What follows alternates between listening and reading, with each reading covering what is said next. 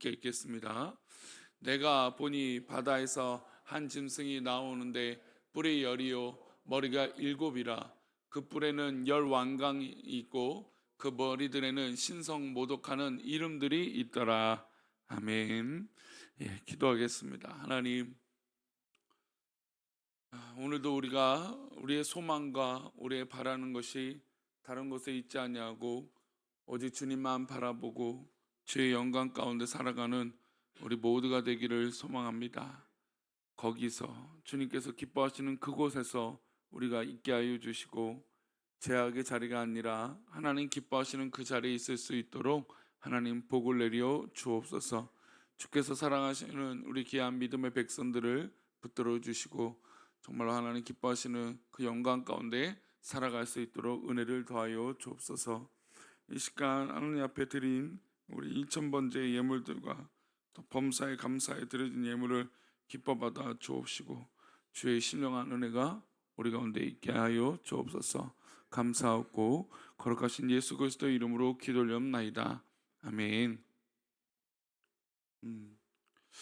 요한계시록은 참 이렇게 예언서이고 또 상징적인 언어들이 있고 또 그 상징적인 것은 유대의 그 어떤 그런 묵시 문학의 표현들이 시적 언어로 기록되어 있습니다. 그러니까 이 요한계시록을 잘못 해석하고 잘못된 관점으로 읽어버리면 굉장히 많은 오해와 또 이 하나님의 이 심판과 이 때들을 잘못 해석함으로 수많은 이 오류들을 이 발생시킬 수 있는 것입니다. 사도 요한이 유배되어 pat모섬에 있던 이 가운데 환상 가운데 하나님이 주시는 이 계시를 받았습니다. 근데 이 계시의 주된 목적 중에 하나는 물론 다시 오실 예수님을 이 믿음으로 기다리는 예언이 담겨 있지만 특별히 흩어져 있는 이 소아시아 이 교회들, 핍박 가운데 흩어져 있는 이 교회들, 또 이 소아시아에 세워져 있는 교회들을 위해서 어떤 그런 위로들을 전하는 것이었습니다. 왜냐하면 이 기독교가 공인되기 전이기 때문에 있는 그대로 기록하면 당연히 이 교회들에게 더한 핍박이 갔을 것이고 어려움이 전해졌을 것이기 때문에 이 묵시 문학 즉 시적 언어로 이 계시록을 기록할 수밖에 없었다라는 겁니다.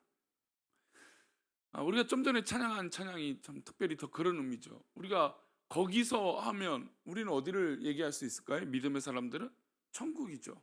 그래, 믿지 않는 사람들은 거기가 어딘지 알 수가 없는 겁니다. 그런 거예요.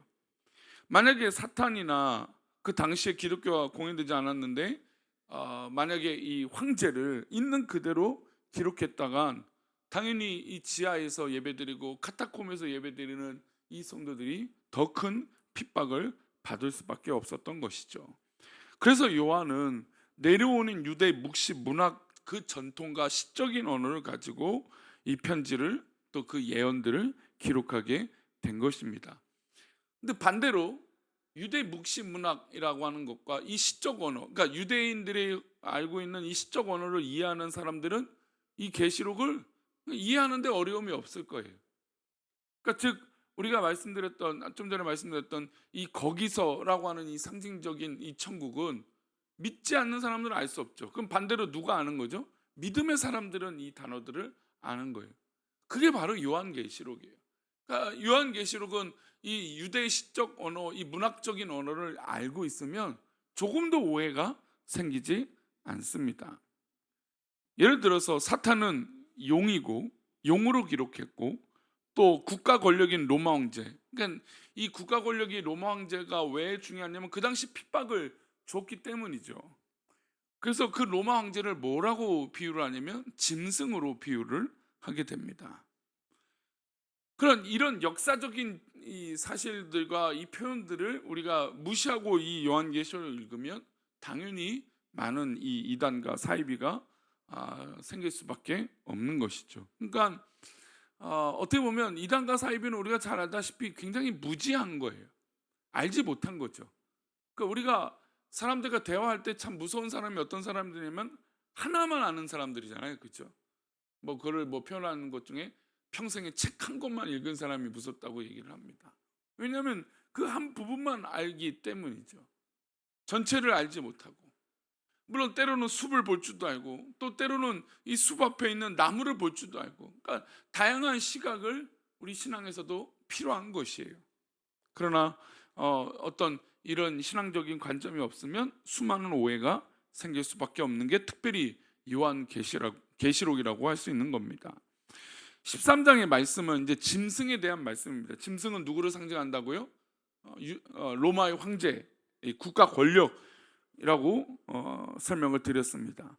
이 짐승이 누구인지, 짐승이 어떤 권세를 가졌는지, 이 땅에서 믿음의 생활하는 사람들은 이 짐승의 핍박 가운데 어떻게 이기고 견뎌야 될지, 그것을 이 13장에서 기록하고 있는 것이죠. 1절입니다. 그런 관점으로 보셔야 됩니다.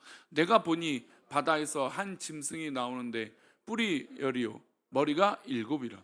그 뿔에는 열 왕관이 있고 그 머리들에는 신성 모독하는 이름들이 있더라. 그러니까 지금 짐승이 누구라고 그랬습니까? 상징성이 로마의 황제, 국가 권력. 그러니까 국가 권력이 무조건 잘못된 건 아닌데, 지금 여기서 계시록에서 말씀하고 있는 이 로마의 황제의 권력은 이 믿음의 사람들을 핍박하는 그런 권력이죠. 그러니까 선량한 사람들, 또 선량한 믿음의 사람들을 핍박하려니 권력을 잘못 행할 수밖에 없는 것이죠. 그러니까 이 잘못된 국가 권력인 이 짐승, 그러니까 그 짐승, 이 국가 권력, 이 황제가 나오는데 뿔이 열이고 머리가 일곱입니다. 그러니까 이 황제들의 숫자들이 계속 이 역사들이 이어진다라는 것이죠. 그리고 그 뿔에는 뭐가 있습니까? 열 왕관이 있는 거예요. 그리고 머리에는 당연히 국가 권력이니까, 또 이 믿음의 사람들을 핍박하니까 누구를 결국 모독하게 될까요? 신성 하나님을 모독하게 되는 거예요. 그러니까 아주 간단한 이 해석을 이단과 사이비들은 다른 무조건 이 사탄에게만 초점을 맞추니까 이것이 마치 막 굉장히 신비롭고 뭔가 그 이 계시로 가면 굉장히 뭔가 무서운 뭐 그런 것으로만 초점을 맞춰서 해석을 한다라는 것이에요. 11절 말씀을 또 보겠습니다. 내가 봄에 또 다른 짐승이 땅에서 올라오니 어린 양같이 두 뿔이 있고 용처럼 말을 하더라. 그 또 다른 왕이 나오겠죠. 국가 권력이 계속되는 건 아니니까 한 인물에서 자식이 나오든 아니면 반란을 일으켜서 또 다른 왕이 나타나든 그런 짐승이 땅에서 올라옵니다. 그런데 어린 양같이 꾸며진, 그러니까 이 국가 권력이라는 게 마치 보여질 때마다 다르잖아요. 근데 그 어린 양같이 두 뿔이 있는데 뭐처럼 말을 합니까? 용처럼 말을 합니다. 자, 여기서 말씀드린 용은 누구를 상징한다고요? 사단 마귀를 상징해요.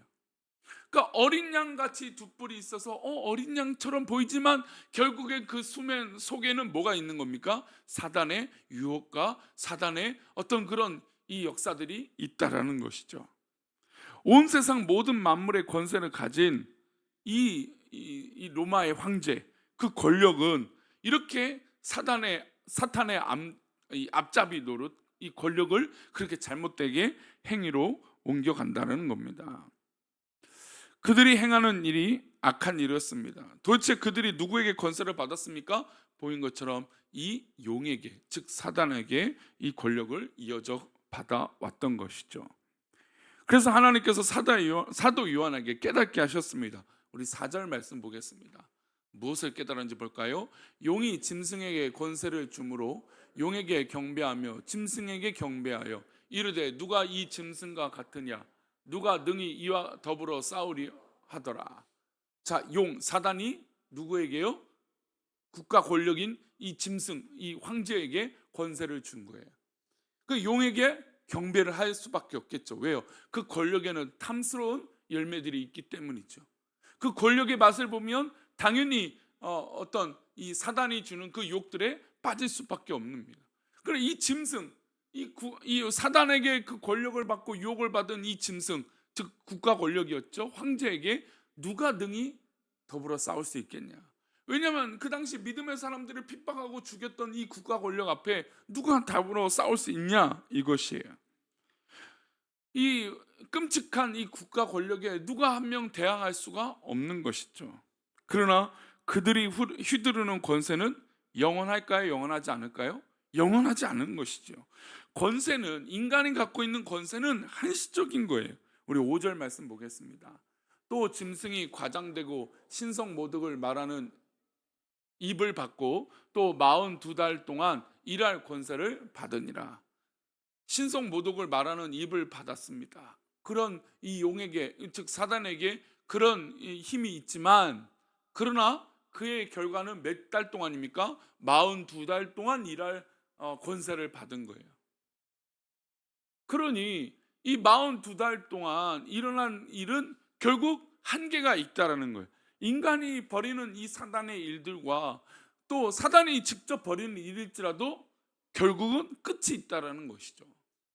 그러니까 우리가 받는 이 고난과, 분명히 이 초대교회 성도들은 이 로마 황제에게 얼마나 핍박을 많이 받습니까? 자기를 경배하지 않으면 오히려 반대로 얘기하잖아요. 우리는 하나님 외에 다른 신을 섬길 수 없는데, 그것이 우상 숭배인데 그들은 자신을 섬기라고, 자신에게 절하라고, 황제에게 엎드리라고 얘기합니다.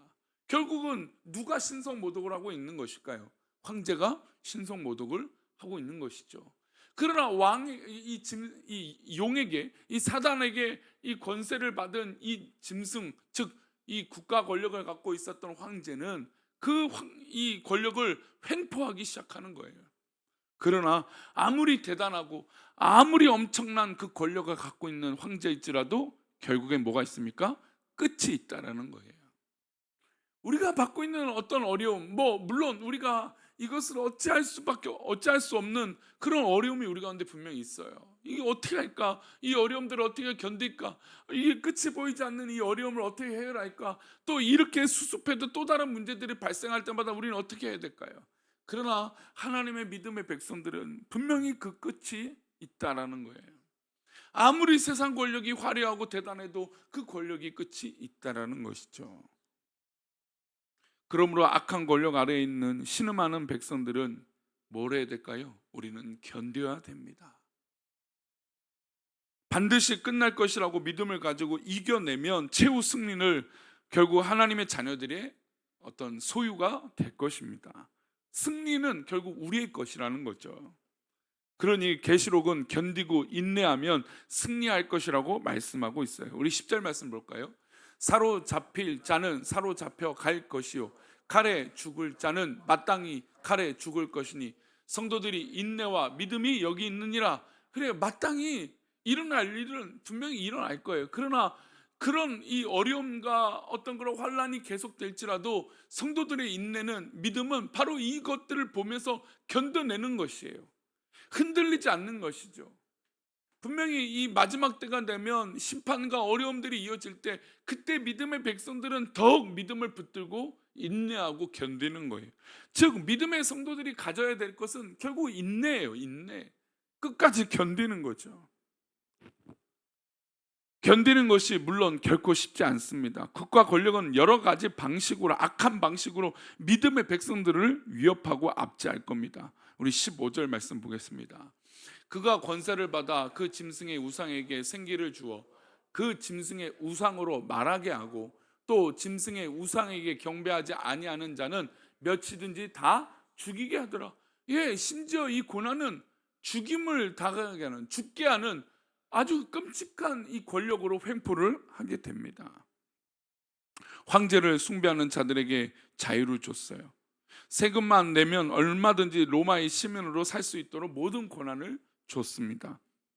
하지만 황제 숭배는 하나님의 백성들, 예수 믿는 사람들에게 있을 수 없는 일입니다. 그런데 로마 황제는 황제 숭배를 하지 않는 자들을 압제하죠. 그리고 불이익을 줍니다. 16절과 17절인데요, 함께 읽겠습니다. 그가 모든 자, 곧 작은 자나 큰 자나 부자나 가난한 자나 자유인이나 종들에게 그 오른손이나 이마에 표를 받게 하고, 누구든지 이 표를 가진 자 외에는 매매를 못하게 하니, 이 표는 곧 짐승의 이름이나 그 이름의 수라. 우리가 알다시피 이 짐승의 표가 소위 그 666이요 짐승의 표라 말합니다. 황제 숭배를 한 자의 자의 그 어떤 이마나 오른손에 도장을 찍어줍니다. 그게 바로 짐승의 표죠. 황제 숭배를 한 자에겐 이 표를 줘서 표를 받는 자는 매매를 할 수 있어요. 그러니까 돈을 벌 수 있게 해주니 당연히 이 유혹에 안 넘어갈 사람이 어디 있어요. 그러니까 국가 권력이라는 게 이렇게 무서운 거죠. 그래서 우리는 위정자와 정치인들을 위해서 기도할 필요가 있어요. 이들이 잘못된 관을 가지고 잘못된 횡포를 시작하면 얼마나 끔찍한 일이 벌어집니까? 그 당시 이 유대인들에겐 길드라는 게 있었어요. 우리나라 지금은 따지면 소위 뉴스에 나오는 이제 잘못된 거, 카르텔이라고 얘기하죠. 어떤 국가 권력을 가지고 또 뭐 자녀나 아니면 주변의 사람들에게 그 권력을 소유하고 세습하고 뭐 이런 카르텔. 근데 마치 이때는 장사를 하기 위해서는 길드가 가입이 되어 있어야 돼요. 그래서 그 길드에 가입하기 위해서는 이 표를 갖고 있어야만 장사를 할 수 있었던 것이죠. 그래서 이 길드에 가입하지 않으면 심지어 아이들을 자녀들을 학교도 보내지 못하고 생산한 물건을 사고 팔지도 못하니까 어떻게 보면 굶어 죽을 수밖에 없었던 겁니다. 그래서 이 카타콤에 가고 지하 동굴을 파서 예수님을 믿었던 성도들이 왜 자급자족을 했냐면, 왜냐하면 이 짐승의 표와 어떤 그런 길드에 가입하자 해야만 살 수 있는데, 가입하게 되면 뭘 해야 돼요? 예, 우상 숭배, 황제 숭배를 해야 되는 거예요. 그러니 믿음의 백성들이 흩어질 수밖에 없었던 거예요. 그 핍박이 심하기도 하고 잡아 가두고 죽이기도 했지만 그들이 우상 숭배하지 않게 해서 살기 위해서는 어떻게 돼요? 그렇게 어떤 국가 권력이 닿지 않는 곳으로 가야만 했었던 것이죠. 우리 18절 말씀 볼까요? 함께 보겠습니다. 지혜가 여기 있으니 총명한 자는 그 짐승의 수를 세어보라. 그것은 사람의 수니 그의 수는 666이니라. 그래서 우리가 말하는 소위 666이라고 하는 숫자가 여기서 나옵니다. 여러 가지 물론 해석들이 있어요. 견해들이 있습니다. 하지만 이것을 유대 묵시 문학 전통에서 이해한다면 당시 도미티아누스 황제의 시대 사람들을, 도미티아누스가 악한 황제였기 때문에 네로의 환생이라고 얘기를 했어요. 그 당시 사람들이 그랬습니다. 근데 네로는 이름을 히브리어로 쓰고 히브리어를 숫자로 응가하면 환산하면 그 네로라고 하는 이름이 6666이 나옵니다. 그러니 황제 숭배를 한 자가 오른손이나 이마에 표를 받는 것은 황제의 이름을 새긴다는 뜻이에요. 그래서 우상 숭배하고 권력에 어떤 빠지는 자들, 그 악한 사단에 빠지는 자들이 바로 이 황제 권력에 빠진 자, 즉 네로의 어떤 그런 영향을 받게 된다라는 뜻이죠. 예수 그리스도의 이름이 새겨져야 할 우리 심령에 국가 권력이나 이 황제의 이름이 새겨져서는 안 되겠죠. 믿음의 백성들은, 하나님의 자녀들은 국가 권력이 제 아무리 강해 보이고 좋아 보일지라도 그들의 마지막은 반드시 있습니다. 우리는 이것을 잊지 말아야 되죠. 오늘 우리는 어떻게 살아가야 될까요? 한쪽 발은 교회에 두고 한쪽 다리는 세상에 두고 아니면 권력의 맛에 두고 우리는 그렇게 살아서는 안 됩니다. 황제 숭배를 하지 않고 믿음을 순결하게 지킨 그 믿음 때문에 우리가 이 자리에 앉아 있을 수 있는 것이죠. 그러니 우리도, 우리 자녀들도, 우리가 사랑하는 사람들도 믿음의 정절을 지키고 하나님의 나라를 위하여 믿음만을 가지고 살아간다면 이 악한 유혹을 지혜롭고 이기게 될 줄 믿습니다. 그리고 잊지 마십시오. 세상의 그 권력과 그 맛은 결국 끝이 있다라는 것이죠. 우리는 거기서 살 사람들이에요. 우리는 영원한 이 보아라 즐거운 그 집에서 살 사람들입니다. 그러니 우리가 이 세상에 끝이 있는 것에 유혹에 빠지지 말고 영원하신 하나님을 찬양하며 살아가는 저와 여러분 되시기를 축원합니다. 기도하겠습니다. 하나님, 우리가 주의 이름으로 주의 능력으로 살아가기 원합니다. 하나님께서 사랑하시는 우리 믿음의 백성들, 우리가 다른 곳에 있지 아니하고 오직 주의 은혜, 주의 사랑, 그 은혜 속에 살아가게 하여 주시고 믿음으로 견디고 믿음으로 승리하고 믿음으로 나아갈 수 있도록 하나님 복을 내려 주옵소서. 주께서 사랑하시는 우리 귀한 믿음의 백성들을 붙들어 주시고 어떤 유혹이나 어떠한 환난이나 어떠한 고난이 있을지라도 넘어지거나 타협하지 않게 하여 주시고 믿음을 끝까지 지킬 수 있도록 은혜를 내려 주옵소서. 이 악한 시대에 악한 것에 물들지 않게 하여 주시고 정말 저 천국을 바라보며 승리할 수 있도록 은혜를 더하여 주옵소서. 그렇게 인도하실 것을 믿사오며 예수 그리스도 이름으로 기도 올리옵나이다. 아멘.